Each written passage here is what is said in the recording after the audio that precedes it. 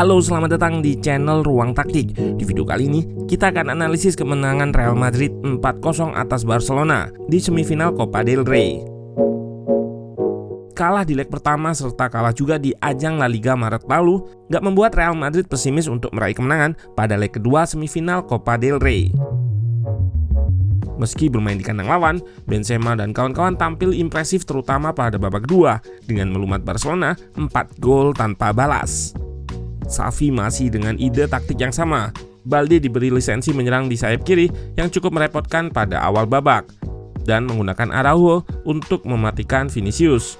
Namun, pemain asal Brasil tersebut sulit dimatikan di pertandingan ini, termasuk mencetak gol pertama yang menghidupkan harapan untuk timnya lolos. Real Madrid benar-benar tim berbasis momentum yang meski lebih banyak ditekan pada babak pertama, justru dengan satu momentum saja bisa unggul lewat serangan balik kilat kombinasi 3 pemain depan mereka.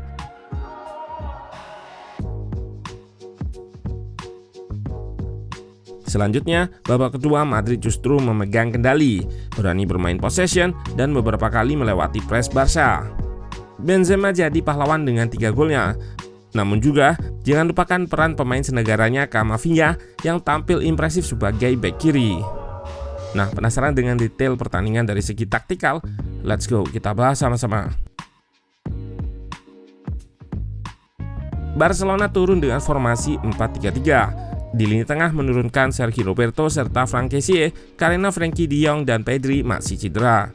Araujo pada posisi fullback kanan yang diberi tugas mematikan Vinicius. Sementara Real Madrid juga turun dengan formasi sama. Camavinga diplot sebagai fullback kiri. Di tengah diisi Valverde, Kroos, serta Modric untuk menopang trio Benzema, Rodrigo, dan Vinicius. Saat build up, Barca mencoba secara konstruktif dengan kelebaran maksimal di lini pertama, menghadapi pressing Madrid yang dilakukan dengan mekanisme yang adaptif. Berangkat dengan shape 4-2, namun sangat dinamis dalam melakukan press. Modric bisa naik untuk menutup center back Barca sehingga wingernya dalam klip ini Vinicius bisa tetap melebar menutup fullback di area sayap. Selain itu, saat Modric harus mengcover gelandang Barca, Camavinga yang akan naik untuk pressing Araujo.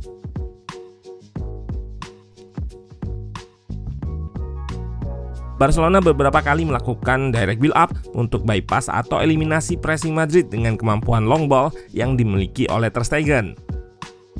Menargetkan Lewandowski atau langsung ke belakang lini pertahanan yang menerapkan garis pertahanan tinggi.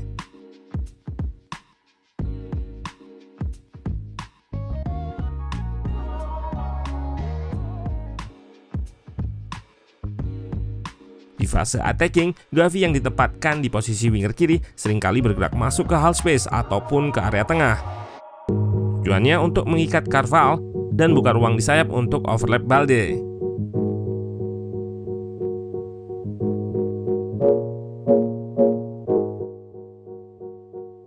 Fullback kiri Barca yang kosong ini juga seringkali dijadikan target switch play atau pindah arah serangan dari sisi kanan. Di tengah, Lewandowski nggak jarang drop atau bergerak turun untuk menarik backline Madrid naik dan berperan sebagai pemantul. Juga untuk lepas dari marking back Madrid dan memperoleh ruang yang lebih lebar saat menerima bola.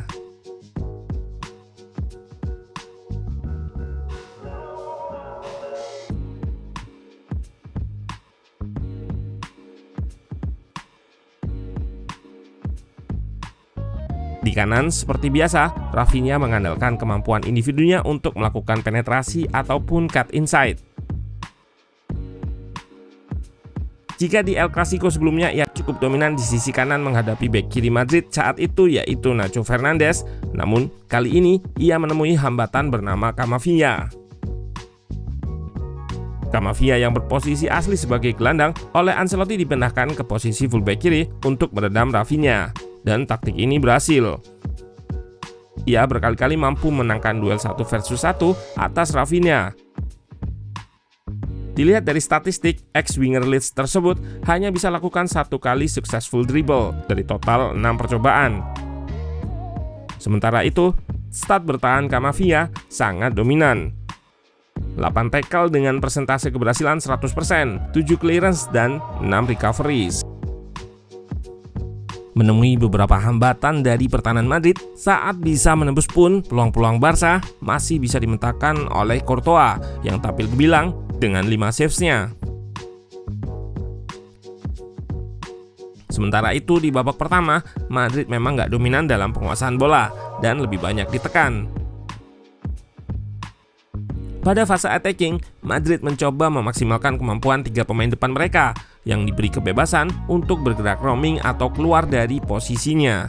Vinicius, Benzema, Rodrigo bisa berada di tengah untuk melakukan link up. Selain itu terlihat beberapa kali terjadi pertukaran posisi.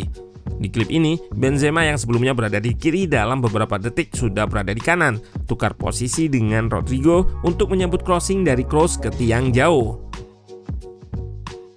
Fluiditas atau cairnya lini depan El Real ini juga yang menyulitkan pemain Barca dalam memarkingnya. Selain itu, Madrid juga beberapa kali melakukan fast break atau serangan balik cepat setelah rebut bola. Nah, disinilah ide dari Ancelotti memainkan Rodrigo yang memiliki kecepatan dan Valverde yang memiliki directness di sisi kanan untuk mengekspos area Balde yang sering overlap. Meski serangan ini beberapa kali digagalkan oleh Barca dengan tactical foul.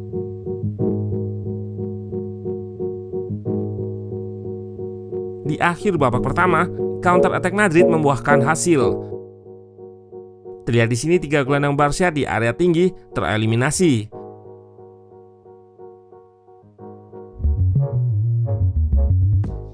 Alonso yang melakukan counter press pun lolos 3 versus 2. Masuk kotak penalti, Vinicius dan Benzema melakukan umpan 1-2 yang diakhiri placing Vini. Terlihat ia berhenti untuk mendapat ruang tembak saat backline tertarik oleh Benzema. Pada babak kedua, Madrid lebih berani pegang possession. Awal babak kedua, Los Blancos cetak 2 gol cepat. Gol kedua dari transisi positif juga setelah Militao berhasil patahkan long ball Barca. Terlihat di momen ini, pemain Madrid yang memiliki ketahanan pressing tinggi. Militao meskipun terpojok di sisi kanan masih bisa lepaskan umpan. Dribble diagonal Modric juga pergerakan Rodrigo menarik Koundé bebaskan Benzema di depan kotak penalti. Dituntaskan dengan striker Prancis ini ke pojok kanan gawang Barcelona. Modric layak diberi kredit karena dribblenya bisa mengurai pressing Barca. Sedangkan gol ketiga dari titik putih setelah Vinicius dilanggar di kotak penalti oleh Kessie. Pelanggaran yang nggak perlu karena sebetulnya Vinicius termarking oleh 2 pemain. Benzema dengan tenang sukses mengeksekusi penalti untuk cetak gol keduanya di laga ini. Unggul 3 gol, Madrid nggak kendorkan serangan. Barca pun menyerang dengan lebih banyak pemain untuk kejar defisit gol. Namun menyerang dengan lebih banyak pemain tentu meninggalkan space yang lebih lebar di belakang yang menjadi sasaran empuk bagi Real Madrid. Di klip ini terlihat rest defense Barca sudah terekspos 3 versus 2, namun masih bisa diselamatkan oleh Ter Stegen. Dan benar saja, menjelang akhir laga Barca bobol lagi. Terlihat gelandang dan 2 fullback di area tinggi, hanya 2 center back di belakang. Tentu bukan struktur yang ideal karena jarak pemain Barca pun cukup jauh untuk melakukan counter press. Dengan umpan progresi Camavinga ke Vini, rest defense Barca kembali terekspos 3 versus 2 lagi. Kali ini, Benzema sangat klinis, sempurnakan hat-trick-nya pada laga ini. Kemenangan yang sangat impresif bagi Real Madrid. Dengan skor telak 4-0 atas rival terberat di kandang lawan tentunya sangat spesial. Terlebih, dengan kemenangan ini Real Madrid berhasil kembali ke final Copa del Rey setelah terakhir kali dicapai pada musim 2013-2014. Kunci pada pertandingan ini dibanding sebelumnya adalah pemain Madrid berani melakukan dribble melewati lawan. Juga ada Camavinga yang solid di belakang. Ditambah cairnya lini depan membuat pertahanan Barca harus bobol 4 kali.